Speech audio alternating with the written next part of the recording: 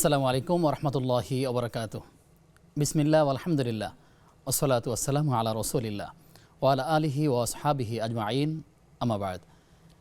প্রিয় দর্শক শ্রোতা, কাছে কিংবা দূরে এই মুহূর্তে যে যেখান থেকে আমাদের সাথে যুক্ত হয়েছেন, আপনাদের প্রত্যেককে আন্তরিক প্রীতি এবং শুভেচ্ছা জানাচ্ছি। সেই সাথে আমন্ত্রণ জানাচ্ছি নেক্সাস টেলিভিশনের প্রতিদিনকার আয়োজন বেকম্যানস বিস্কিটস নিবেদিত ইসলামী জীবন বিধানের আজকের পর্বে।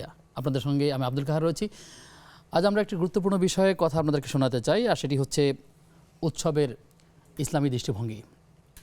মানুষ স্বভাবতই আনন্দপ্রিয়, কিন্তু সেই আনন্দ কখনো ঘিরে হয় যখন কোনো ইবাদতের মধ্য দিয়ে সে আনন্দ করে। ঈদুল আজহা করে, ঈদুল ফিতরের উৎসবগুলো হয়ে থাকে যেটা ধর্মীয়ভাবে পালনের নির্দেশ রয়েছে।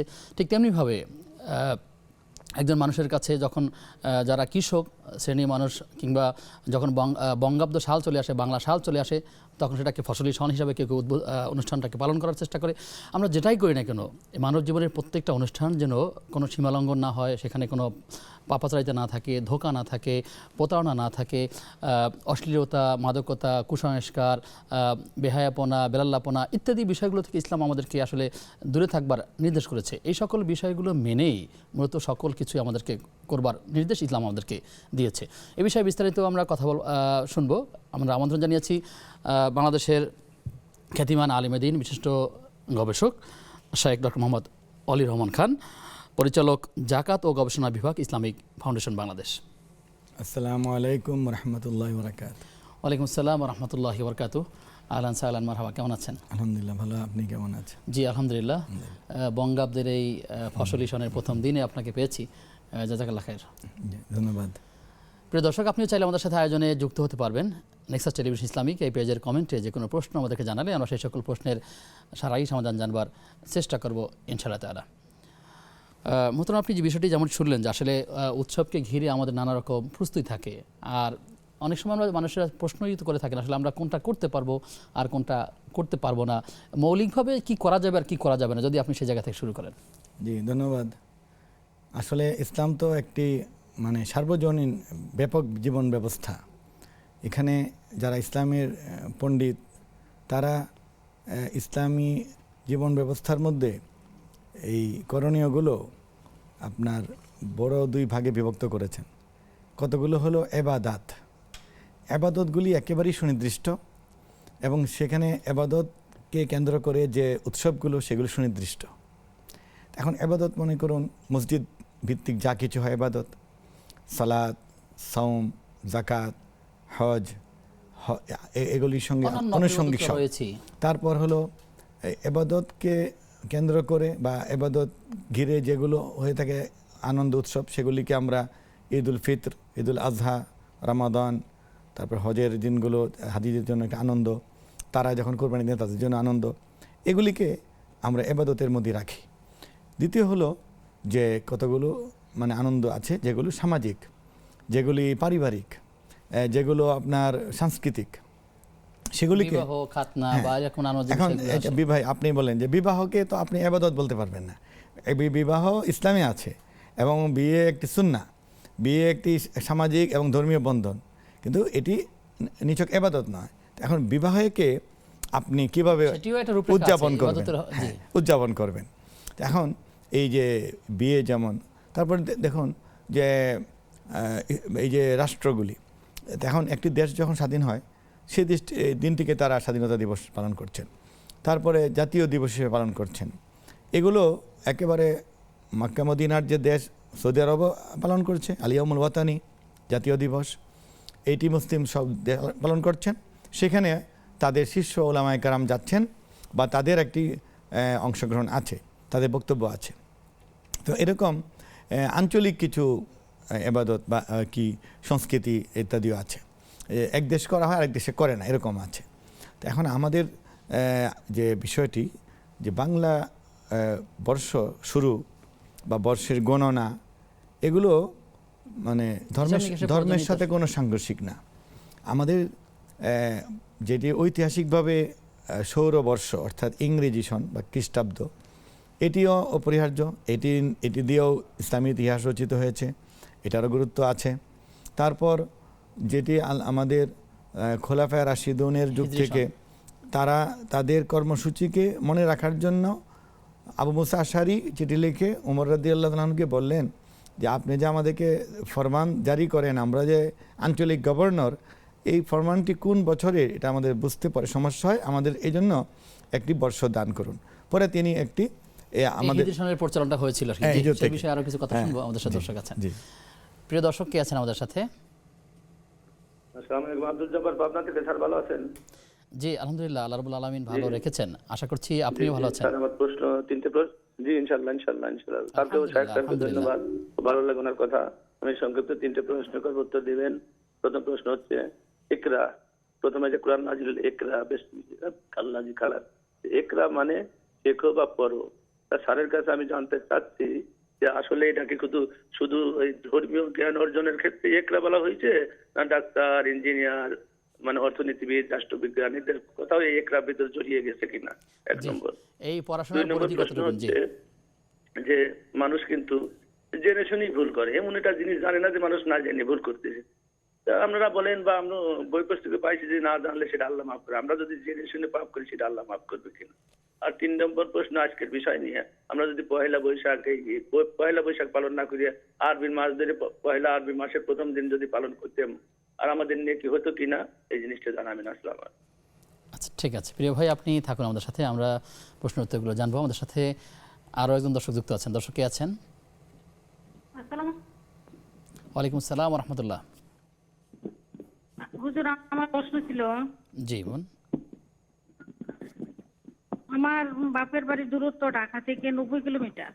এখন আমি ওইখানে মানে গিয়ে কি নামাজ কসর করতে পারবো? আর করলে কতদিন থাকা অবস্থায় আমি সেখানে কসর করবো নামাজ, এটা একটু জানাবেন। জি ঠিক আছে, আপনার প্রশ্ন আমরা পেয়েছি, আমরা জানার চেষ্টা করবো ইনশাআল্লাহ তাআলা। শেখ, আপনি যে আলোচনা ছিলেন আসলে তিনটি সনের কথা বলছিলেন, বঙ্গাব্দের পরে বলছিলেন আপনি হিজরি সনের প্রচলনটা কিভাবে হয়েছিল, সেই আবু সাহাবীর কথা বলছিলেন। মানে আমি এই জন্য বলছি যে হিজরি সনটা তো আমাদের প্রিয় নবী সাল্লাল্লাহু আলাইহি ওয়াসাল্লাম করে যাননি, এবং কোরআনেও এটা নেই, হাদিসে এটা নেই। তো এগুলো কি যে প্রয়োজনে পরে মুসলমানরা পালন করছেন, মানে সেটা তাদের জীবনে অপরিহার্য হয়ে গিয়েছে। এখন এই আরবি বা সন আমরা নাম দিয়েছি, বা উমর রাদিয়াল্লাহু আনহু নাম দিয়েছেন হিজরি, কিন্তু আসলে মূল বিষয়টি কিন্তু আল সানাতুল কামারিয়া, চান্দ্রবর্ষ। সেই চান্দ্রবর্ষের সাথে আগে আপনার রমাদান, ঈদ, শাওয়াল, তারপরে আপনার ওই হজ, লাইলাতুন নিসফ, শাবান, এগুলি আগেই যুক্ত ছিল। কিন্তু হিজরি নামকরণটা হয়েছে ওমর রাদিয়াল্লাহু আনহু শাসনামলে 17 হিজরিতে। তো এরকম বিষয় না। তো আমাদেরও এই মানে ভারত উপমহাদেশে বাংলা সনটি মানে ভিত্তিটা হলো কি, যে এই দেশের মানুষ ফসল করে, সেই ফসল হিসাব নিকাশ বা অন্যান্য বিষয়ের জন্য এটা পরে এটাকে নামকরণটা হয়েছে বাদশাহ আকবরের সময়। সিরাজি, মোল্লা ফতেহুল্লাহ সিরাজি, তিনি এটা প্রবর্তন করেছেন, যে সেই কারণে এটার গণনা, সেই সনকে ঘিরে অনেক সংস্কৃতি আসলে চালু রয়েছে। আমরা শুনবো সেই কথাগুলো। দর্শক আছেন, দর্শক কে আছেন আমাদের সাথে? জি হুজুর, আসসালামু আলাইকুম হুজুর। ওয়ালাইকুম আসসালাম ওয়া রাহমাতুল্লাহ। জি হুজুর, মাসুম কুমিল্লা ধর্মপুর থেকে দুটি প্রশ্ন।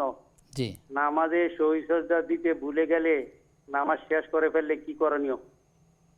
আর দ্বিতীয় প্রশ্নটি পবিত্র কোরআন থেকে সূরা মাইদা আয়াত 110। ঈসা নবী মৃতকে জীবিত করতেন, অন্ধকুষ্ঠী রোগীকে সুস্থ করে দিতেন। ঈসা নবী মৃতকে জীবিত করতেন, এগুলো কি মুজিজা ছিল কিনা আমার প্রশ্ন। সূরা মাইদা আয়াত 110, কোরআন কি বলতেছে? আসসালামু আলাইকুম। ওয়ালাইকুম আসসালাম ওয়া রাহমাতুল্লাহি ওয়া বারাকাতুহু। মোহতারাম, আমরা প্রশ্নের উত্তরে যাই, তারপরে আবার বিষয়ের আলোকে আসবেন সাথে। দর্শকরা অপেক্ষা আছেন।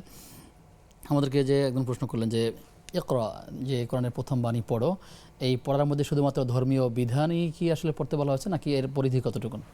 এটি জ্ঞান অর্জনের সব কিছুকে বোঝানো হয়েছে। প্রথম যখন বলা হয়েছে, মানে হযরত জিবরাইল আলাইহিস সালাম যখন নবীজিকে বলছেন ইকরা, তখন কিন্তু তাকে এই কোরআন এই আয়াতগুলি পড়তে বলা হয়েছে। এটা বুঝতে হবে যে প্রথম সম্বোধনে ইকরা, তিনি যখন উত্তর দিলেন যে ইকরা, তখন নবীজি বলেন মা আনা বিকারি, আমি তো পড়তে প্রস্তুত নই, আমি কি পড়বো, মানে আমি তোমার কথা কেন পড়বো, ভাবটা এরকম আর কি। যে বাস পরে যখন উনি এটা বোঝা গেল আল্লাহর তরফ থেকে শক্তি দেওয়া হয়েছে, তখন তিনি ইকরা বিস্মি পড়েছেন। তাহলে ইকরার প্রথম উদ্দেশ্য হলো কোরআন পাঠ করা, এরপরে দ্বৈতয়িক উদ্দেশ্য হলো সমস্ত ভালো জ্ঞান অর্জন করা। এবং কোরআনে আপনারা জানি উৎস বিজ্ঞান, সমাজ, রাষ্ট্রনীতি, সমরনীতি, অর্থনীতি, মানুষের জীবন, ব্যক্তি জীবন, পরিবার, রাষ্ট্র সব কিছুই আছে। এবং মানুষের কল্যাণে যা কিছু উপকারী সবই করা যাবে। আল্লাহ রাসূল সাল্লাল্লাহু আলাইহি ওয়াসাল্লামের জীবনেও এবং সাহাবায়ে কেরামের জীবনেও এগুলির আমরা কিছু প্রতিফলন দেখেছি। যত মানুষের জীবনযাত্রা বাড়ছে, পৃথিবীর গতি সামনে যাচ্ছে, ততই জ্ঞান বিকশিত হচ্ছে এবং আল্লাহ সেটার সমর্থনও দিয়েছেন। তিনি বলেছেন, সানুরিহিম আয়াতিনা ফিল আফাকি ও ফি আনফুসিহিম হাত্তা ইয়াতাবায়্যানা লাহুম আন্নাহুল হক, যে আমি তোমাদেরকে দেখাবো ঊর্ধ্ব জগতের জ্ঞান, দৃশ্য, আর তোমাদের দেহের ভিতরে অনেক কিছু। এগুলি দেখে মানে মানুষ দেখে এটি হবে কি, যে ইয়াতাবায়্যানা আন্না লাহুমুল হক, যে এগুলি সত্য, মানে কোরআন সত্য, ইসলাম সত্য। যত বিজ্ঞানে আবিষ্কার হবে তত কোরআনের সত্যতা প্রতিষ্ঠিত হবে, ইসলামের সত্যতা প্রতিষ্ঠিত হবে। ভাইয়ের আরেকটা প্রশ্ন ছিল কি? জি, একটা প্রশ্ন ছিল যে জেনে শুনে ভুল করে না অনেকেই বলছেন, কিন্তু তার দৃষ্টিতে অনেকেই জেনে শুনেই ভুল করছেন আসলে। আবার কেউ কেউ বলে থাকেন যে উদাহরণটা এখানে এটা নিয়ে আসেন, কেউ যদি না জেনে বিষ পান করে তাহলে তো নিশ্চিতই মারা যাবে, তাহলে না জেনে ভুল করলে কিনা সেটা ভুল হবে না, যদি আপনি একটু ব্যাখ্যা দেন। না, এখানে ভুল মানে ইচ্ছে করে করলেও এটাও ভুল, আর অবচেতনভাবেও যদি ভুল করে ফেলে তো ভুল। ভুলের যে ভুলটার যে প্রভাব সেটা হবেই। কেউ যদি ভুলে গুলি করে দেয় আরেকজনের গায়ে লেগে তো মরে যাবে, কেউ যদি ভুলে, আপনি যেটি বললেন যে বিষ পান করে তো মরে যাবে, আহত হবে।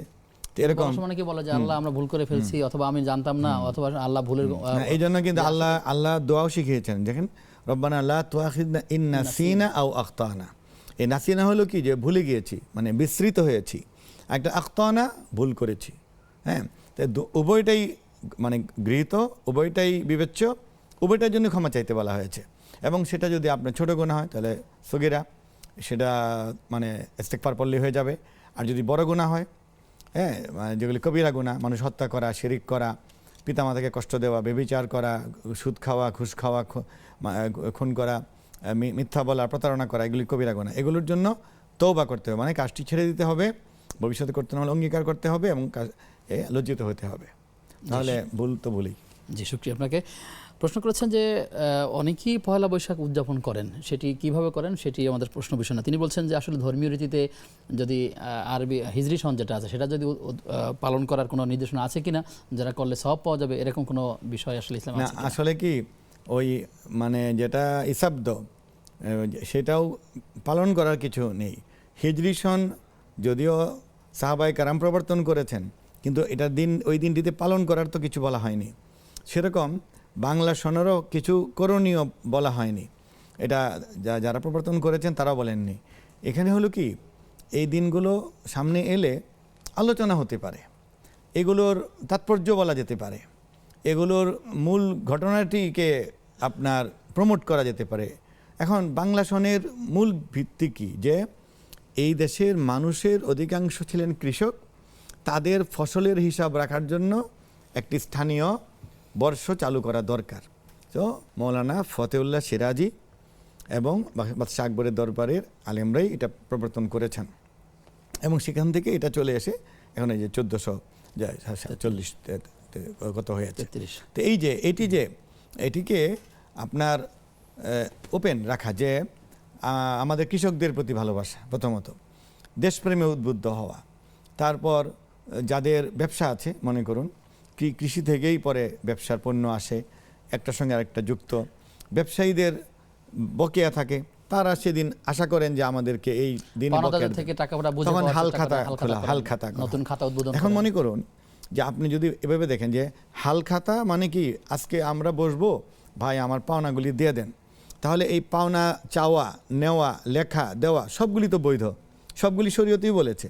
কেউ ইদা তাদায়ানতুম বিদাইনিন ইলা আজালিন মুসাম্মান ফাকতুবু, কেউ যদি কারো কাছ থেকে দেন নে, পাওনা নে, ঋণ নে, লিখে রাখা, নিজে লিখতে না পারলে উপযুক্ত লোক দিয়ে লেখাও, তাহলে সরকার রাখা, এখানে দলিল লেখক রাখা, এগুলি সবই কোরআনে আছে। এখন হলো যে হাল খাতার এই কাজগুলি বৈধ এবং শরীয়ত সমর্থন করে। এখন যদি কেউ সেখানে একটা গান বাজাতে থাকে মাইক দিয়ে, তাহলে এটা তো আলাদা জিনিস, এটা বর্জনীয়। কারণ এই গানটা তার এটার জন্য অপরিহার্য নয়, এবং সেই গানের এর সংশ্লিষ্ট না, এবং এটি সেই আলাদা একটা বিষয়। এবং সেই গানের ব্যাপারে হাদিসে অন্য নিষেধাজ্ঞা আছে যে গান মানুষকে আপনার মুনাফিকি প্রভাবিত তৈরি করে, নেফাকি চরিত্রকে মানুষকে সামনে নিয়ে আসে। নামাজ থেকে গাফেল করে দেয়, আল্লাহ থেকে গাফেল করে দেয়। তারপরে এটা শব্দ দূষণ হয়, মানুষের কষ্ট হয়, শিশুদের কষ্ট হয়, বাচ্চাদের কষ্ট হয়, পরহেজগার মানুষেরা শুনলে বিরক্ত হন। তাহলে ওইটা এই যে এভাবে ভাগ করতে হবে যে ঢালাওভাবে এরকম যতগুলো বিষয় আছে সেগুলো তো অবশ্যই আমাদের সবগুলিকে বর্জন ভাগ করতে করে হবে। নিতে হবে। জি। ঢালাওভাবে কোনোটা হারাম আর কোনোটা সওয়াব বলা যাবে না। তবে এরকম বর্ষ পালনের কোনো পদ্ধতি ইসলামে আসলে কোনো পদ্ধতি বলে নাই। জি, সেটা হতে পারে বাংলা, সেটা হতে পারে হিজরি, আসলে কোনোটাই পালনের বিষয় নয়। জি। জি, আপনার কাছে আবার আসবো বিরতির পর ইনশাআল্লাহ তাআলা। প্রিয় দর্শক, আপনারা দেখছেন বেকম্যানস বিস্কিটস নিবেদিত ইসলামী জীবন বিধান। সময় হয়েছে একটা বিরতির, ফিরছি কিছুক্ষণ পর, সাথে থাকুন। বিরতির পরে সবাইকে আবারও আমন্ত্রণ জানাচ্ছি নেক্সাস টেলিভিশনের প্রতিদিনকার আয়োজন বেকম্যানস বিস্কিটস নিবেদিত ইসলামী জীবন বিধানের আজকের পর্বে। আপনাদের সঙ্গে আব্দুল কাহার রয়েছি, আমার সঙ্গে অতিথি রয়েছেন শায়েখ ডক্টর মোহাম্মদ অলিউর রহমান খান। মোহতারাম, একটি বিষয় আপনার থেকে জানতে চাই। আমাদেরকে মাসুম ভাই তিনি প্রশ্ন করেছেন যে কারো যদি নামাজের মধ্যে সাহু সিজদার প্রয়োজন হয়, তবে সেটা যদি সে না দিতে পারে বা অপরদিকে নামাজ শেষ হয়ে যায়, তাহলে করণীয় শেষ হওয়ার পরে তিনি যদি কোনো কথা না বলেন, উঠে না চলে যান, কোনো কিছু পান না করেন, মানে নামাজের বহির্ভূত বড় কোনো কাজ না করেন, এর মধ্যে স্মরণ হয়ে গেলে তিনি দাঁড়িয়ে যাবেন। হ্যাঁ, তিনি দাঁড়িয়ে বাকি সালাত শেষ করবেন। বাকি সালাত শেষ করবেন, অথবা যেটা কম পড়েছে মনে করছেন, অথবা তিনি যে ওরকম ভুল না, তার ভুল হয়েছে মানে আত্তাহিয়াতু পড়তে ভুলে গেছেন, অথবা আত্তাহিয়াতু পড়ে বিলম্ব করছেন, এই জাতীয় ভুল, তাহলে তিনি সাহু সিজদাটা দিয়ে দিবেন। হ্যাঁ, শুধু অজীবের ক্ষেত্রে যদি ভুল হয় সেরকম অজীবের ক্ষেত্রে। আর ফরজ বিলম্বিত হলেও দিতে হয়। কেউ যদি মনে করুন এক সিজদার পর আরেক সিজদা অনেক বিলম্ব করে ফেলছে, বা কেরাত পড়া ফরজ সে অনেক বিলম্ব করে ফেলেছে, এই ক্ষেত্রেও দিতে হবে। তাহলে উনি সাহু সিজদা দিয়ে বাকি আত্তাহিয়াতু শেষ পড়ে করবেন যদি শেষ নামাজের করবেন, মধ্যে হয়ে গেল। থাকেন। হ্যাঁ, আরেকটা হলো যে না একেবারে আর মনে নিয়ে উঠে আসছেন, পরে মনে পড়ছে, তাহলে আবার নামাজটি পড়তে হবে। যে এই বিষয়ে নামাজ আলোচনা পড়তে শুনবো। দর্শক আছেন, দর্শক কে আছেন আমাদের সাথে? আসসালামু আলাইকুম ওয়া রাহমাতুল্লাহ। আমি ভোলা চট্টগ্রাম থেকে মোহাম্মদ রেজাউল কিবরিয়া বলছি। আয়াতুল কুরসির ফজিলত সম্পর্কে এবং শুরু থেকে আউযুবিল্লাহ পড়বো না বিসমিল্লাহ পড়বো, এটা জানার জন্য মোহতারামের কাছে। আসসালামু আলাইকুম। ওয়ালাইকুম আসসালাম ওয়া রাহমাতুল্লাহি ওয়া বারাকাতুহু। আপনি থাকুন আমাদের সাথে, আমরা জানবার চেষ্টা করছি ইনশাআল্লাহ তাআলা।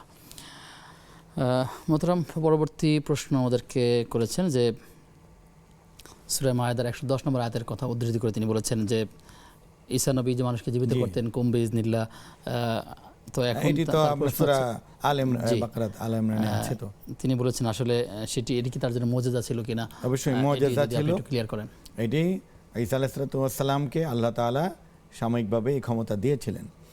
নবীগণকে মুজিজা দেওয়া এটা আল্লাহ তাআলার একটি শাশ্বত বিধান। যেমন তিনি মূসা আলাইহিস সালামকে লাঠি ছেড়ে দিলে সাপ হয়ে যাওয়ার দিয়েছিলেন, হাতকে উজ্জ্বল করে দিতেন। এরকম ঈসা আলাইহিস সালাম উপস্থিত তিনটি কাজ করতে পারতেন। একটা হলো অন্ধ ব্যক্তিকে তিনি আল্লাহর নাম নিয়ে দোয়া পড়ে মুছে দিলে সে দৃষ্টি ফিরে পেয়েছে। আর মৃত ব্যক্তি সবসময় না, দু একটি ঘটনা এরকম যেটি তাফসিরে এসেছে ওই আয়াতের ব্যাখ্যায়, যে একজন বিধবা নারী অসহায়, তার ছেলে মারা গিয়েছিল, তার আর কোনো উপার্জনের বিষয় ছিল না, তিনি আল্লাহর কাছে কান্নাকাটি করার পরে আল্লাহ ব্যবস্থা করলেন, ঈসাকে পাঠালেন, ঈসা আলাইহিস সালাম গিয়ে ওই ছেলেকে কুম বিইজনিল্লাহ, আল্লাহর নাম নিয়ে দাঁড়াও, এটা আল্লাহর হুকুমেই তিনি জীবিত হয়েছিলেন। এটা অবশ্যই মুজিজা। আরেকটা তিনি কি পারতেন, যে তার উপস্থিত শ্রোতাদেরকে বলতে পারতেন যে তোমরা আজকে বাসায় গিয়ে কি খাবে এবং তোমাদের কার বাসায় কি আছে, তার আগে তাই পেত, মানে চাল গম ডাল তরি তরকারি। তিনি বলতে পারেন তাদাখিরুনা ফি বুয়ুতিকুম, তোমাদের বাড়িতে কি সঞ্চিত রেখেছ, তিনি বলতে পারতেন। এবং এই তিনটি মুজিজা দেখে যখন দলে দলে মানুষ তার মানে সেই ইসলামে প্রবেশ করছে, তখনই কায়েমি স্বার্থবাদী সেই সময় ইহুদিরা এবং বাদশাহ যে শাসক ছিল মুশরিক, তারা ষড়যন্ত্র করে তাকে হত্যার পরিকল্পনা করেছিল, আল্লাহ তাকে উঠিয়ে নিয়েছিলেন। তো এটা অবশ্যই মুজিজা। জি, শুকরিয়া আপনাকে। আমাদেরকে একজন প্রশ্ন করেছেন যে আমাদের এক বোন, তিনি বলছেন যে তিনি যেখানে অবস্থান করছেন সেখান থেকে 90 কিলোমিটার দূরত্বে তিনি যখন সফর করেন, এই সময় তিনি নামাজ কসর করবেন কিনা, এবং একই সাথে তিনি সেখানে যদি তার বাবার বাড়িতে কিংবা তার শ্বশুরবাড়িতে যদি এমন হয়, তাহলে তিনি কতদিন কসর করবেন? না, ওই বোনের তো 90-78 কিলোমিটার উদ্দেশ্যে রওনা দিলেই তিনি পথে কসর করবেন। জি, পথে যখনই তিনি 4 রাকাত বিশ্ব নামাজ পড়বেন, বাসে হোক, ট্রেনে হোক, প্লেনে হোক, লঞ্চে হোক, স্টেশনে হোক, তিনি 2 রাকাত পড়বেন। কিন্তু 4 রাকাতে 2 রাকাত হ্যাঁ, পড়বেন। 4 রাকাত 2 রাকাতে পড়বেন। আর 2 ফজর তো 2 থাকবে, মাগরিবও 3 থাকবে। আর হলো তিনি যখন তার বাবার বাড়ি থেকে পৌঁছবেন, তো বাবার বাড়িতে তো তার ঘরদোর এগুলি তো মানে আছে বলেই তিনি গিয়েছেন, তিনি সেখানে পৌঁছার পরেই মুকিম হয়ে যাবেন। কারণ মেয়েদের বাবার বাড়ি এবং তার শ্বশুর বাড়ি, নিজের বাড়ি, 2 জায়গাতেই তিনি 4 রাকাতই পড়তে হবে বাড়িতে যাওয়ার পর, আর পথে তিনি 2 পড়বেন। জি, শুকরিয়া আপনাকে। আমাদেরকে একজন প্রশ্ন করেছেন যে ভোলা থেকে আয়াতুল কুরসির ফজিলতটা। আয়াতুল কুরসির বিশেষ ফজিলত যেটি হাদিসে আছে, যে ব্যক্তি ইমানের সাথে হালাল রুজি দিয়ে 5 ওয়াক্ত নামাজ পড়ে নামাজে সালাম ফিরে আয়াতুল কুরসি পড়বে, তার জান্নাতে যাওয়া অবধারিত, মৃত্যুর পরপরই সে জান্নাতে যাবেন। যেতে পারছে না, মৃত্যুই তার বাধা। মৃত্যু বাধা, এরকম হাদিসটি এসছে। আর এটির নিয়ম হলো যে আপনি শুধু আয়াতুল কুরসি নয়, কোরআনুল কারীমের যে কোনো আয়াত পড়লেই এর আগে আউযুবিল্লাহি মিনাশ শাইতানির রাজিম পড়া ওয়াজিব। কারণ আল্লাহ বলেছেন কি, ওয়া ইযা ক্বারাতাল কুরআনা ফাসতাইয বিল্লাহি মিনাশ শাইতানির রাজিম, তুমি যখন কোরআন পাঠ করবে তখন অবশ্যই আউযুবিল্লাহ পড়বে। কেউ কেউ বলেছেন এটা সুন্নাহ, তাই এখন সুন্নতে মুআক্কাদা হোক ওয়াজিব হোক এটা পড়বেন। পাশাপাশি কুল্লু আমরিন যী বালিন লাম ইউবদা বিল বাসমালা ফাহুয়া আকতাহ, প্রত্যেক ভালো কাজের শুরুতে যদি বিসমিল্লাহ পড়া না হয় তাহলে অপূর্ণ থাকে, এটা নবীজি বলেছেন। এজন্য তিনি আউযুবিল্লাহি মিনাশ শাইতানির রাজিমও পড়বেন, বিসমিল্লাহির রহমানির রহিম পড়ে আল্লাহু লা ইলাহা ইল্লাহু হাইয়ুল কাইয়্যুম এই আয়াতুল কুরসি পড়বেন। জি, জাযাকাল্লাহ খায়ের। মাত্র একটি বিষয় জানতে চাই যে আমরা আমাদের দেশে অনেক সময় দেখি আমরা বিভিন্ন অনুষ্ঠানের কেন্দ্র করে অপসংস্কৃতি, যার সাথে ইসলামের কোনো সম্পর্ক নাই, কখনো কখনো এটি কুসংস্কার, কখনো কখনো এমনটা এটা মারাত্মকভাবে গুনাহ, কবিরা গুনাহ পর্যায়ে পৌঁছে যায়। কিন্তু এর বিপরীতে যে সুস্থ সংস্কৃতির আসলে প্রয়োজন কিনা, আর সুস্থ সংস্কৃতি চর্চা করার মধ্যে ভালো কোনো বার্তা মানুষের কাছে পৌঁছানো গেলে সেটি আসলে ইবাদত হিসাবে গণ্য হবে কিনা, আসলে কী করা দরকার? আসলে হলো কি যে ওই যে ফসলের ক্ষেত্রে বা কৃষকের উপকারার্থে বাংলাদেশের মানুষের বর্ষ বা ফসলি বর্ষ গণনার জন্য এটা করা হয়েছিল। পরবর্তীতে এটাকে মানে উৎসব হিসেবে বানানো হয়েছে, মানুষেরা বানিয়েছে। সেখানে যে ধর্মের লোকেরা প্রভাবশালী ছিল বা ক্ষমতায় ছিল তারা সেখানে বেশি প্রভাব বিস্তার করতে পেরেছে, ওই অনুষ্ঠানটাকে তারা ধর্মীয় লেভেলে দেওয়ার চেষ্টা করেছে। পরে দেখা যায় যে এখন যে যার ধর্মের অনেক অনুষঙ্গ উপাদান সেখানে ঢুকিয়ে দিয়েছে। তারপরে দেখা গিয়েছে যে ব্যবসায়ীরা ব্যবসার স্বার্থে তারা সেখানে ঈদ কার্ড ঢুকিয়ে দিয়েছে, তারা সেখানে হোটেল ব্যবসা ঢুকিয়ে দিয়েছে, সেই অনুষ্ঠানে তারা মাদক ঢুকিয়ে দিয়েছে, সেখানে ইলিশ মাছকে তারা একটা বাধ্য করে নিয়েছে, মানে অপরিহার্য অঙ্গ বানিয়ে নিয়েছে, যেটা আমরা বিগত সময়ে আলোচকদের মুখে শুনেছি যে আজ থেকে 30-50 বছর আগে ইলিশ মাছ এই পয়লা বৈশাখে ছিলই না, এবং আমাদের সাবেক প্রধানমন্ত্রী বলেছেন যে ইলিশ মাছ খাওয়া কোনো দরকার নেই। তো এই যে বিষয়গুলো আপনি দেখবেন যে আরোপিত, সেগুলি কিন্তু সর্বজনীন হয় না, মানে সেখানে উপকার আসে না। এরপরে অন্য শ্রেণী মানে তারা এটাকে একটা বিশেষ ধর্মের রূপ দেওয়ার জন্যে তারা সুকৌশলে সেখানে অন্য ধর্মের প্রতীক, বিভিন্ন তাদের বিশ্বাস যে হাতি এই উপকার করে, এইগুলি তো একেবারেই নাজায়েজ, এগুলি গুনাহ হবে, অন্যায় হবে। এবং এর বিপরীতে সুস্থ সংস্কৃতি আমরা গ্রহণ করবো কিনা প্রশ্ন উত্তর নিব। দর্শক আছেন, দর্শক কি আছেন আমাদের সাথে? আসসালামু আলাইকুম। ওয়ালাইকুম আসসালাম ওয়া রাহমাতুল্লাহ। আমার প্রশ্ন কালকে উঠছিলাম, কিন্তু এটা ক্লিয়ার আমি কোনো উত্তর পাইনি, উনি তো দেয়নি, সেই জন্য আজকে আমি আবার করলাম ওনার কাছে। আমার ছোট বোন আর কি, ওর বিয়ে 9 বছর, বিয়ে হয়েছে, একটা বাচ্চা আছে 5 বছর, কিন্তু ওদের যে হাজবেন্ড একদম ভালো না, 2 দিন ভালো থাকে 2 দিন খারাপ থাকে। এখন তো আবার আব্বা আম্মা নয়, আমি কিছু বড় বোন, আমরা 3 বোনের ভাই সবার থেকে। তো হাজবেন্ড প্রায় ওকে মারধরও করে, ঝগড়াঝাটি করে, ওও বলে অনেক কিছু বলে ওর লাগাতে। তারপর যাই হোক, এরকম হওয়ার পরে আবার ওরা মিসমাট হয়, আবার হয় এরকম করে। পরশুদিন ওর জামাই আগে 1 তালাক 2 তালাক 3 তালাক এভাবে ওকে মুখে বলছে। হ্যাঁ, বলার পর ও আমাদের বাসায় চলে আসছে। আসার পর আবার ওর হাজবেন্ড আবার যাওয়ার জন্য ও কি করতেছে যে বাসায় চলে আসো, যদি না আসো তাহলে আমি আত্মহত্যা করবো, এই দেখাই, তাকে ভয় দেখাইছে। তারপর আমার বোন তো নরম, তোর বাচ্চা না রাখতে চলে যায়। এখন আমার প্রশ্ন যে হুজুর, যে তাহলে এটা কি ওরা কি জায়েজে আছে? এখন যে ওর হাজবেন্ড মুখে তালাকটা দিলে, হ্যাঁ, আমার বোন এর আগে 2-3 মাস আগে ওই মুখ হাজবেন্ডের মোবাইলে এরকম রাগে এরকম দিচ্ছে, ওদের নিজেদের মধ্যে মনোমালিন্য, লোভ আছে তো হাজবেন্ড টাকা পয়সা এরকম লুট করে।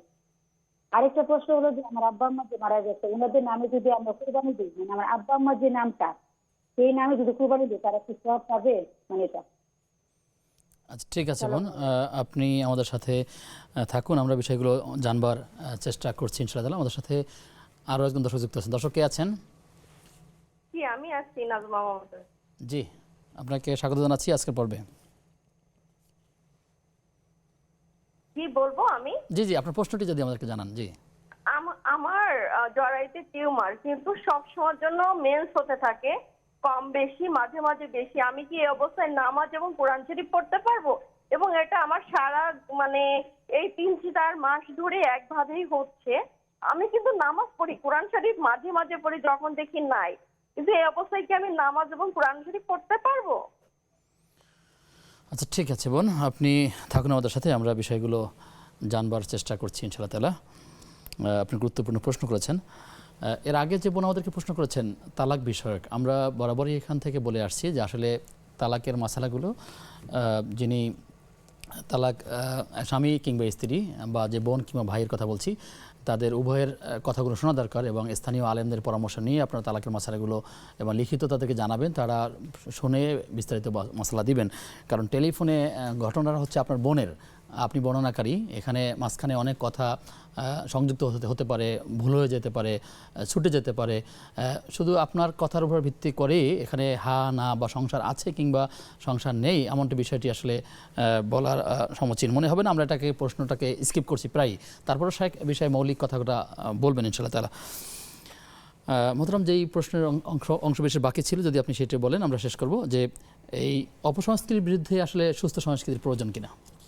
আসলে এই অনেক মানুষ যদি না বুঝে সেগুলি চলে যায়, তাহলে তাদেরকে ফেরানোর জন্য প্রাথমিকভাবে যে তারা আমরা ফসলের জন্য আল্লাহর কাছে প্রার্থনা করব, তো করেন, আমরাও রিজিক চাবো, তাহলে আল্লাহর কাছে চান, এরকম বলা আর কি। যে ওইটা কাউন্টারে করা জরুরি ছিল না, কিন্তু আমরা মুসলমানরা কী করতে পারি, ঠিক আছে আমরাও ফজর নামাজ পড়ে আল্লাহর কাছে মোনাজাত করবো, তো করলো এভাবে। খুব সহজেই মূল কথাটা বলি, মোদ্দা কথাটা, যে অনেক জায়গায় গান বাজনা আসর হয়ে থাকে, কিন্তু অনেক সময় শিশুরা দেখা যায় যে তারা গানের প্রতি ঝুঁকে যাওয়ার চেষ্টা করছে। ঠিক এর বিপরীতে যদি কেউ তেলাওয়াতের আয়োজন করে কিংবা যদি ইসলামী সঙ্গীতের আয়োজন করে কিংবা এরকম কোনো গজল সন্ধ্যা করে, অর্থাৎ যেটাকে ইসলামিককে মোটিভেট করে, ভালো কোনো কালচার, সেটি আসলে করতে পারেন কিনা আর কি। এটা মানে এই ব্যাপারে আলেমদের দুই মত।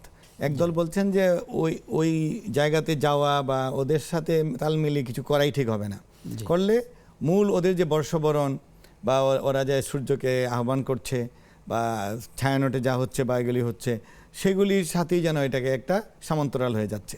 এই জন্য না যাওয়া উত্তম, কিছুই না করা উত্তম।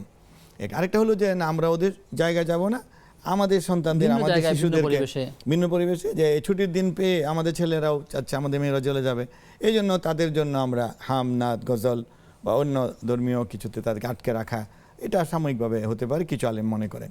তো এই দুই ধরনের বক্তব্যই আছে।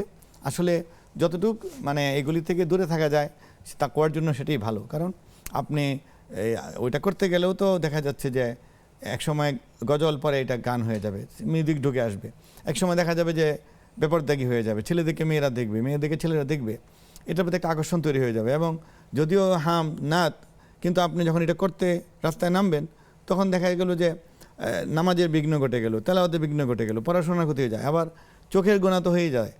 এই যে এখন রাস্তায় বের হলে যত রকম আশঙ্কার জায়গা আছে সেগুলো যদি বন্ধ রেখে মুক্ত করা যেতে পারে, সেটিও মন্দের ভালো হিসাবে হয়ে থাকতে পারে। সাবধান থাকতে হবে। আল্লাহ তাআলা আমাদেরকে বোঝা তৌফিক দান করুন। প্রিয় দর্শক, আপনারা দেখছেন বিকম্যান্স বিস্কিটস নিবেদিত ইসলামী জীবন বিধান। সময় হয়েছে আবার একটা বিরতির, ফিরছি কিছুক্ষণ পর, সাথে থাকুন। বিরতির পরে সবাইকে আবারও আমন্ত্রণ জানাচ্ছি নেক্সাস টেলিভিশনের প্রতিদিনকার আয়োজন বেকম্যান্স বিস্কিটস নিবেদিত ইসলামী জীবন বিধানের আজকের পর্বে। আপনাদের সঙ্গে আমি আব্দুল কাহার রয়েছি, আমার সঙ্গে অতিথি রয়েছেন শায়েখ ডক্টর মোহাম্মদ অলিউর রহমান খান। শায়েখ, একটি বিষয় আমরা দর্শকদেরকে বারবার বলার চেষ্টা করছি যে আপনারা যে প্রশ্নগুলো আমাদেরকে করবেন না, এড়িয়ে যাবেন। তার মধ্যে তলাক, জমি বন্টন, কোনো নামের অর্থ বা কোনো আরবি শব্দের অর্থ, এগুলো তারপর তারা যখন প্রশ্ন শুরু করেন তখন তারা এই বিষয়টিকে বলার চেষ্টা করেন, তারা ভিন্ন প্রশ্নের কথা বলে, আবার তালাকের মাসালাগুলো ঠিকই বলেন। আসলে আপনি এইভাবে পাবলিক প্লেসে তালাকের মাসালা দিলে সেটি যথাযথ হয় কিনা বা আসলে এরকম কি করা উচিত, আসলে এই সকল মাসালা আসলে এই ধরনের মাসালাগুলো এইভাবে মানে টেলিভিশনে বা দূরে মুফতি সাহেবের কাছে জিজ্ঞাসা করা উচিত নয়। কারণ হলো এগুলো তো আপনার তদন্ত করতে হয়, যাচাই করতে হয়, যিনি বলেছেন তারকে যারা করতে সাক্ষী হতে লাগে। পারে। সাক্ষী লাগবে, কি লিখেছে, কি বলেছেন, দুইজন ব্যক্তিকে হ্যাঁ, লাগে। এই জন্য এগুলো বলা হয়েছে দারুল ইফতা যেতে হবে। স্থানীয় মাদ্রাসায় গিয়ে বা কোনো দারুল ইফতা ফতুয়া কেন্দ্রে গিয়ে উভয় পক্ষের সামনে কথাগুলি বলতে হয়, কারণ এগুলি অনেক কিছু মানুষ হাইড করে। এই জন্য রায় দেওয়া ঠিক নয়। জমি জমার বিষয়েও, ফারায়েজের বিষয়েও খুব সতর্ক থাকতে হবে। এরকম দেখা গিয়েছে যে বললো যে আমরা কোন এক অরিশকে হাইড করে রাখলো, হ্যাঁ, পরবর্তীতে দেখালো পরবর্তীতে তিনি সিদ্ধান্ত দিয়ে এক দিলেন। ভাই আছেন, এক চাচা আছেন, এটা গোপন করলো, এরকম হয়ে যায় অনেক সময়। ছিল। সেক্ষেত্রে এগুলো আসলে বা এড়িয়ে কে যায়। আগে মারা গেছেন, কে পরে মারা গেছেন, এটা হাইড করে। এই জন্য এই বিষয়গুলি আমরা এইভাবে দূর থেকে না দেওয়াই যেখান থেকে মাসালা দেন ফতোয়া বোর্ড আছে, তাদের থেকে এটা নেবেন, সেই পরামর্শ আমরা দিয়ে দিতে পারি। দিতে পারি। জি, আমাদের সাথে দর্শক আছেন। দর্শক কে আছেন আমাদের সাথে? আসসালামু আলাইকুম। ওয়ালাইকুম আসসালাম ওয়া রাহমাতুল্লাহ। আমার একটা প্রশ্ন হলো, বাবার মৃত্যু হয়ে গেছে, কিন্তু সে হজে যাওয়ার সবকিছু করেছিল, কিন্তু মৃত্যু হওয়ায় সে যাইতে পারে নাই। এখন তার বদলি হওয়া ছেলে করতে পারবে? আর আমি শুনেছি যে বদলি হজের জন্য যে লোক হজ করেছে তাকেই যেতে হবে, তাকে দিয়ে বদলি হজ করাতে হবে, কিন্তু ছেলে তো হজ করে নাই, সে কি এখন আবার বদলি হজ করতে পারবে?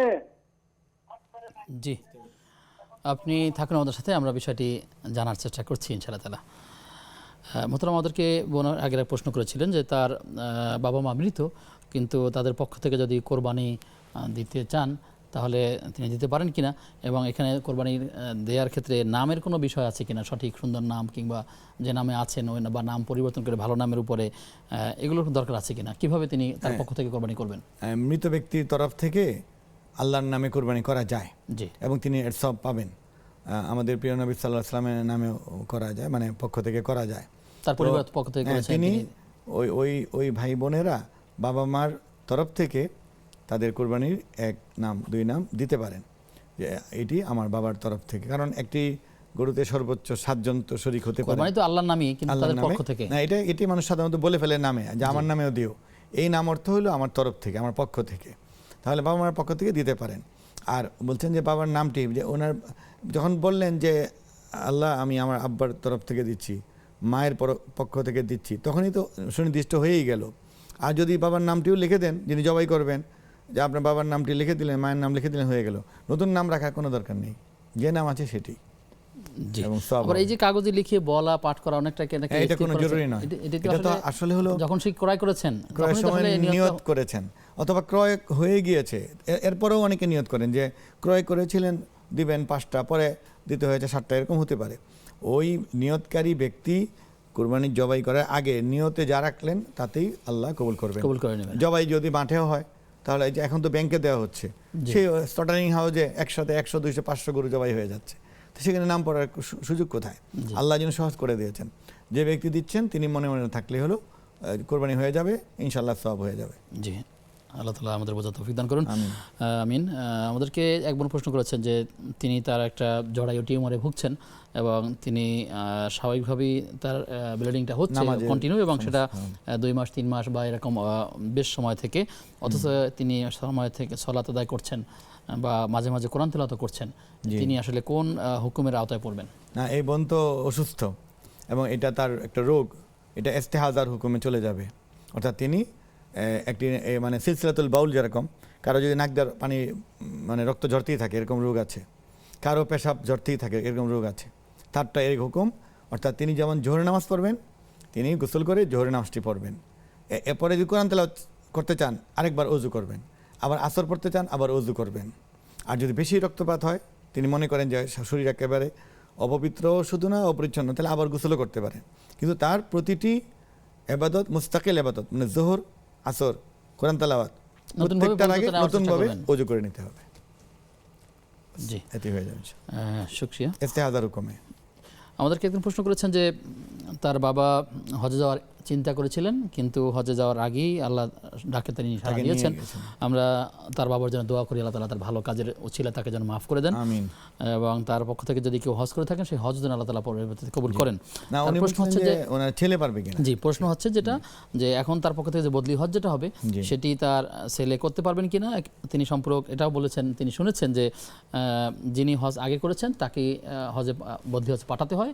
তো এখন কি করণীয় আসলে? আসলে যিনি একবার হজ করেছেন, হজের বিধিবিধান জানা আছে এবং নিজের হজটা করেছেন, তার আর উপরে হজ নেই, জি এরকম ব্যক্তি হলে উত্তম, জি, অনেক তাকে, ভালো, শরিয়া তাকে করা পালন উচিত। করছেন। এখন যদি এমন হলো যে না, ওই এরকম লোক সহসা পাওয়া যাচ্ছে না, আবার ছেলে খুব যেতে আগ্রহী, তাহলে ছেলে করলেও হয়ে যাবে। কিন্তু ছেলেকে অবশ্যই বলতে হবে যে ওমরা যখন প্রথম দেশ থেকে যাবেন, এহরাম করার সময় বলতে হবে যে মিন আবি, আমার বাবার আমার তরফ বাবার থেকে, পক্ষ থেকে। আমার বাবার পক্ষ থেকে আমি নিয়ত করছি, আমার বাবার পক্ষ থেকে আমি তালবিয়া পড়ছি। এভাবে হজের শুরুতেও তাকে এটা উল্লেখ করে তারপর কাজ করতে হবে, হয়ে যাবে। কিন্তু যিনি হজ করেছেন তাকে যদি পাওয়া যায় আত্মীয়স্বজনের মধ্যে কিংবা অনেক বেশি ভালো আলেমের হবে, মধ্যে থেকে, সেটাই অনেক ভালো আসলে হবে, বেশি অগ্রাধিকার। জি, অনেক সওয়াব হবে। আর আরেকটা হতে পারে ছেলে, তাকে আল্লাহ ব্যবস্থা করে দেন, ছেলে আগে নিজের হজ করে ফেললেন, পরের বছর বাবারটা করলেন, এটাও হতে পারে যদি টাকা ফেরত পাওয়া যায়। শুকরিয়া। দর্শক আছেন, প্রিয় দর্শক, আমাদের সাথে কে টেলিফোনে সংযুক্ত আছেন যদি পরিচয় দিয়ে প্রশ্ন করেন। আসসালামু আলাইকুম। ওয়ালাইকুম আসসালাম ওয়া রাহমাতুল্লাহ। হুজুর, আমি একটা প্রশ্ন করতেছি যে আমার শাশুড়ি অসুস্থ, বুঝছেন? শাশুড়ি? তো হ্যাঁ, শাশুড়ি অসুস্থ এবং তার গায়ে ঘা হয়েছে। আচ্ছা। এবং তার গায়ে পোকা হয়েছে। এখন আমাদের করণীয় কি? আচ্ছা, ঠিক আছে বোন, আপনি থাকুন আমাদের সাথে, আমরা জানবার চেষ্টা করছি ইনশাআল্লাহ তাআলা। মোহতারাম, আমাদের বোন যে প্রশ্ন করলেন, তার শাশুড়ির কথা বলেছেন, তার একটি জটিল রোগে আক্রান্ত, তার জন্যও দোয়া করি আল্লাহ তাআলা তাকে সুস্থতা দান করুন। এবং তার পাশাপাশি তিনি বলেছেন যে আমার শাশুড়ি এখন তার খেদমতের ক্ষেত্রে একজন শাশুড়ি, একজন পুত্রবধূ হিসাবে তার কি করণীয় আছে। অনেকেই বলে থাকেন যে মায়ের খেদমত তো সন্তানরাই করবেন, কিন্তু পুত্রবধূরা তার উপর দায়িত্ব নয়, বরং ছেলের উপর দায়িত্ব রয়েছে, যেমনটি আসলে ইসলামও বলেছে। এখন এই সকল ক্ষেত্রে আবার অপরদিকে আসলে এমন যে এই রোগের কথা বলেছেন, তাকে চিকিৎসা কি বলে খেদমত করাটা অনেকটা কঠিন, কারণ তার এমন পছন্দ ধরলে সেখানে গন্ধ হয়, সমস্যা তৈরি হয়। সঙ্গত কারণে নিজের মা এবং শাশুড়ি থেকে অনেক ক্ষেত্রে ভালোবাসারও তারতম্য থাকে। সেক্ষেত্রে আপনি কি বলবেন? এটি আসলে খুবই বড় একটি মুসিবতের মধ্যে উনি আছেন, এই গোটা পরিবারটি আছে। এখন এই বোনের সমস্যা তার একার সমস্যা নয়, এই সমস্যাকে মনে করতে হবে বৃহত্তর পরিবারের সমস্যা। এবং এই মায়ের সেবা প্রথমত তার মেয়েদের করা উচিত, তার ছেলের করা উচিত।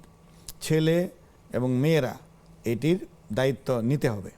এরপর এখন পুত্রবধূ হিসেবে যেহেতু তিনি এই সংসারে যদি থাকেন, তাহলে তারও এই দায়িত্ব এমনটি মনে করবেন, এমনিতে তার মাও হতে পারতো, কিংবা তার ফ্যামিলির অন্য কোনো ভাই হতে পারতো, বা যতটা সহনীয় পর্যায়ে তিনি করতে পারেন।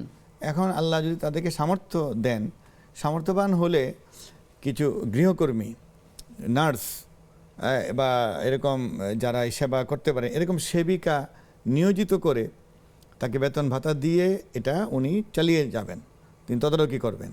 এবং বোনদের মানে নিজের পক্ষ থেকে সর্বোত্তম মেয়েদেরকেও ডাকতে হবে যে আসো।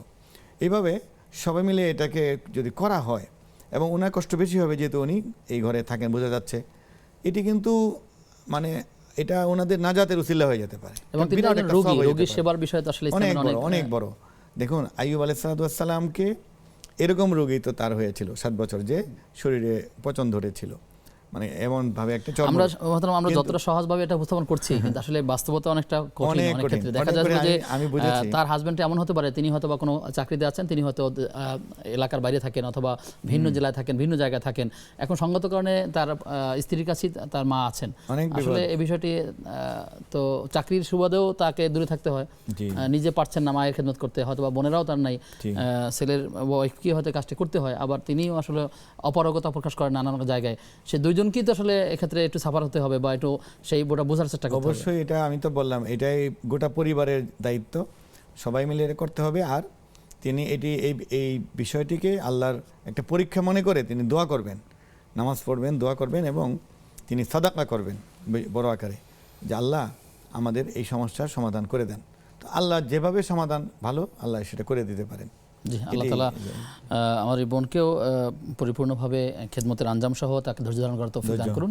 এরকম আরও যারা আছেন আল্লাহ তাআলা সবার পরিবারে কি রহমত নাজিল করুন, আমিন। আপনার কাছে আবার আসবো বিরতির পর ইনশাআল্লাহ তাআলা। প্রিয় দর্শক, আপনারা দেখছেন বেকম্যানস বিস্কিটস নিবেদিত ইসলামী জীবন বিধান। সময় হয়েছে সর্বশেষ বিরতির, ফিরছি কিছুক্ষণ পর, সাথে থাকুন। বিরতির পরে সবাইকে আবারও আমন্ত্রণ জানাচ্ছি নেক্সাস টেলিভিশনের প্রতিদিনকার আয়োজন বেকম্যানস বিস্কিটস নিবেদিত ইসলামী জীবন বিধানের আজকের পর্বে। আপনাদের সঙ্গে আমি আব্দুল কাহার রয়েছি, আমার সঙ্গে অতিথি রয়েছেন শায়েখ ডক্টর ওয়ালির রহমান খান। মোহতারাম, অনলাইনে আমাদেরকে প্রশ্ন করেছেন মোহাম্মদ সাফায়াত হোসেন আইডি থেকে। তিনি বলেছেন যে জাকাত না দিলে কি পারিবারিক জীবনে পরিবারের সদস্যদের জীবনে বিপদ আসে, বা এতে করে পারিবারিক সদস্যরা কি মারা যায়?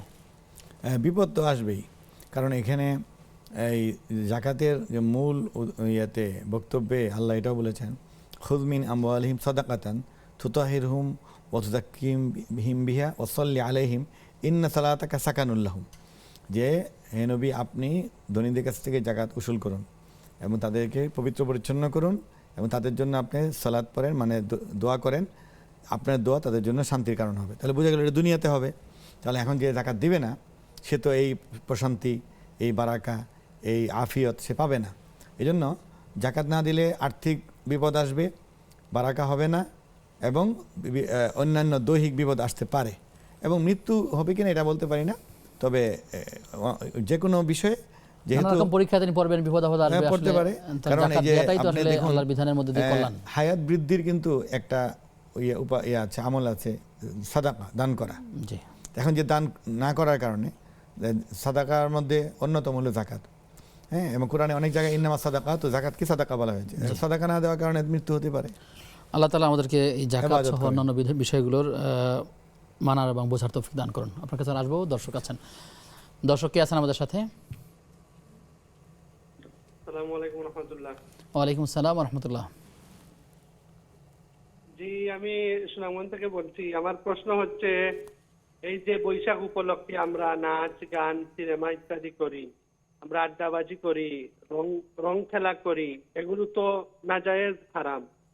তো এক্ষেত্রে আমাদের ভূমিকা কি থাকা উচিত? আমরা কিভাবে একে নিষেধ করব? জি, সুনামগঞ্জ থেকে প্রিয় দর্শক আপনাকে ধন্যবাদ জানাচ্ছি গুরুত্বপূর্ণ সমসাময়িক প্রশ্ন করবার জন্য। আপনি থাকুন আমাদের সাথে, আমরা জানবার চেষ্টা করছি ইনশাআল্লাহ তাআলা। মোহতারাম, আমাদেরকে ভাই যে প্রশ্ন করলেন সুনামগঞ্জ থেকে, তিনি যে আসলে আমাদের আসলে এখান থেকে থাকা উচিত। আমাদের প্রত্যেকের নিজ নিজ জায়গা থেকে এই হারাম কাজগুলো কিছু কিছু হারাম হয়ে যাচ্ছে, কিছু নাজায়েজ হচ্ছে, সবগুলোই পাপ হচ্ছে। এগুলি থেকে আমার অধীনস্থ যারা আছে তাদেরকে ফেরাইতে হবে। মানে আমি আমার সন্তানকে ফেরাবো, একজন শিক্ষক তার ছাত্রকে ফেরাবেন, একজন নেতা তার কর্মীদেরকে ফেরাবেন, একটা প্রতিষ্ঠান তার অধীনস্থ, এভাবে প্রত্যেককেই গুনাহ কাজ থেকে ফেরাতে হবে। পরিবারে তিনি তার পিতা হিসেবে সন্তানদের প্রতি ফেরাতে হবে এই ধরনের কাজে। কারণ এখানে 1000 পরিবার থেকে বের হয়ে এসেই তো 5000 10,000 লোক হচ্ছে। এই প্রত্যেকটা মানুষের তো একটা পরিবারের অধীনে, একটা মা বাবার অধীনে। একজন খতিব তিনি তার মুসল্লিদেরকে সতর্ক করবেন। আলেম ইমামরা যেমন বলবেন, যে যারা অনেক ছেলেরা তো কিশোর গ্যাং যারা, এরা তো মসজিদই আসে না, বখাটেরা মসজিদ আসে না, মাদকাসক্তরা মসজিদ আসে না, খুনিরা মসজিদ আসে না, এবং এরকম অশ্লীল জীবনযাপন করে বা ভিত্তিহীন কাজ করে, এদের অধিকাংশ কিন্তু ধর্মবিমুখের অংশ বিশেষই আজকের প্রোগ্রাম। হ্যাঁ, দেখা যায় ওরাই এটা ঝাঁপিয়ে পড়ে। এই জন্য যে এখানে ছোট শিরিক, বড় শিরিক, বেদাত, কুসংস্কার সবই হচ্ছে। এবং মিউজিক, বাজনা, গান, ব্যাপার দেওয়া, ওই যে ছেলেমেয়েরা লাফালাফি করছে, মেয়েদেরকে ছেলেরা দেখছে, ছেলেদেরকে মেয়েরা দেখছে, আসলে সবার জায়গা থেকেই কম বেশি সবগুলি থেকে কঠিনভাবে ফেরাইতে হবে, বোঝাতে হবে যে এগুলি নয়। দিনের দাওয়াতকে মানুষের কাছে পৌঁছে দেওয়ার চেষ্টা করতে হবে, দাওয়াত অন্যভাবে, এবং দেশপ্রেমে উদ্বুদ্ধ করা। পাওনাদারে পাওনা দিলেন না, তাহলে বৈশাখ লাভ কি? হ্যাঁ, খালি আনন্দটা করবে, ব্যবহার ঠিক নাই, প্রতারণা করে যাচ্ছে, ধোঁকাবাজি করে যাচ্ছে, পণ্য মজুতদারি করছে। এই যে ধনী মানুষেরা, এটা একটা উপহাস, তারা সারা বছর পান্তা ভাত খায় না। যারা পান্তা ভাত বাধ্য হয়ে খায়, তারা গরম ভাতে পানি ঢেলে খাচ্ছে, হোটেলে গিয়ে দাম দিয়ে খাচ্ছে। ইলিশ মাছ কয়জন খেতে পারে? এগুলি গরিব দরিদ্রের প্রতি একটা উপহাস। আল্লাহ তাআলা তাদেরকে বোঝার তৌফিক দান করুন। অনলাইনে একজন প্রশ্ন করেছেন যে মোহাম্মদ সাফায়াত হোসেন আইডি থেকে, বলেছেন কোনো নারী যদি ফেসবুকে বা ইউটিউবে অশ্লীল পোশাক দেখিয়ে পুরুষদের চোখের জেনার সৃষ্টি করে, টাকার বিনিময়ে পুরুষদেরকে জেনার কাজে আহ্বান করে, মৃত্যুর পরে তার শাস্তি কি হবে? সে নিশ্চিত জাহান্নামী। নবীজি বলছেন যে তাকে জাহান্নামে আগুন চাবুক দিয়ে আগে পেটানো হবে, জাহান্নামে ফেলা হবে, আন-নিসা আল আরিয়াত আল কাসিয়াত আল মুমিল্লাত, নবী বলছেন যে পোশাক থাকলেও পোশাক নাই, তাদের মাথা চুল ফুলিয়ে উটের মতো করে রাখে, মানুষকে সে মাইল করে অর্থাৎ আকৃষ্ট করে। এরা মানে দেহ ব্যবসায়ীদের মতো এদের শাস্তি হবে। আল্লাহ তাআলা আসলে আমাদের যারা এই কাজগুলো করছেন, নেতিবাচক মানুষদেরকে বিপদগামী করছেন, আল্লাহ তাআলা তাদেরকে দান করুন এবং কোনো না কোনোভাবে তাদের কাছে দাওয়াতের কথাগুলো যেন পৌঁছে যায়, আল্লাহ তাআলা সেই ব্যবস্থা করে দেন, আমরা সেই প্রত্যাশা করছি। মোহতারাম, আমরা যে বিষয়ে আপনাদের কথা শুনছিলাম যে উৎসবের ইসলামী দৃষ্টিভঙ্গি, সেক্ষেত্রে আপনি একটা জিনিস আমাদেরকে বলবেন যে কোনো উৎসব হোক কিংবা স্বাভাবিক সামাজিক কোনো কাজ হোক, দেখা যায় এখানে অপচয় এবং বিলাসিতাকে খুব বেশি প্রাধান্য দেওয়া হয়ে থাকে। খুবই এই বিষয়ে ইসলাম কি বলে? অপচয় বিষয়টা এখানে খুব বড় আকারে হয় এবং এটা হারাম। ইন্নাল মুবাযযিরিনা কানু ইখওয়ানা শায়াতিন, অপচয়কারী শয়তানের ভাই। আল্লাহ বলছেন কুলু ওয়াশরাবু ওয়া লা তুসরিফু, ইসরাফ করো না, অপচয় করো না। তো অপচয় মানে 3 দিক থেকে মারাত্মক অপরাধ। এক হলো আল্লাহ রাসূল এটাকে হারাম করেছেন, সেটা হারাম কাজ হচ্ছে।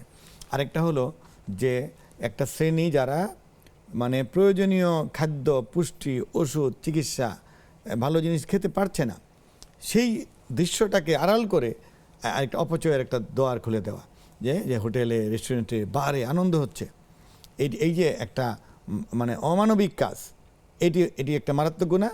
আরেকটা হলো যে ওই মানুষগুলি তাদের অর্থ সম্পদ মানে উপার্জন করেছে অবৈধ পথে, আর তারা খরচও করছে অবৈধ পথে, যে মিন আইনা কাসাবতা অমিন আইনা ইকতাসাবতা অমিন, আল্লাহ জিজ্ঞাসা করবেন যে তুমি কোন পথ থেকে উপার্জন করেছো, অফি আইনা আনফাক্তা, কোথায় তুমি ব্যয় করেছো, ওই ব্যয়ের হিসাব দিতে গিয়েই তাদের জাহান্নাম হয়ে যাবে। আল্লাহ তাআলা আমাদেরকে আসলে এরকম অপচয় অপব্যয় থেকে দূরে থাকার তৌফিক দান করুন। আমিন। আপনার মাধ্যমে আমরা অনেকগুলো বিষয় জেনেছি, আল্লাহ তাআলা আমাদেরকে আমল করার তৌফিক দান করুন। আমিন আমিন। প্রিয় দর্শক, আমরা যে মুহূর্তে কথা বলছিলাম যে আসলে নানা রকম উৎসবের কথা বলছি, মানুষ অপচয় করে, নানা রকম অনুষ্ঠানের মধ্যে দিয়ে অর্থ অপচয় করছে। আমরা যদি সমাজের দিকে তাকাই, অসংখ্য মানুষের গায়ে দেখবো পোশাক নেই, অসংখ্য মানুষের খাবারের ব্যবস্থা নেই, অসংখ্য মানুষের চিকিৎসার ব্যবস্থা হচ্ছে না। বরং আমাদেরকে মানবিক হওয়া উচিত, এই সকল কাজে ফোকাস দেওয়া উচিত, বরং মানুষের কল্যাণের মধ্যে কাজের মধ্যে যেন নিয়োজিত থাকতে পারি। আল্লাহ আমাদের সেই তৌফিক দান করুন। আজ এ পর্যন্তই। আগামী অনুষ্ঠান দেখবার আমন্ত্রণ জানিয়ে আজকের মধ্যে বিদায় নিচ্ছি। সেই পর্যন্ত আল্লাহ তাআলা আমাদের সবাইকে ভালো রাখুন, সুস্থ রাখুন। আসসালামু আলাইকুম ওয়া রাহমাতুল্লাহি ওয়া বারাকাতুহু। ওয়া আলাইকুম আসসালাম।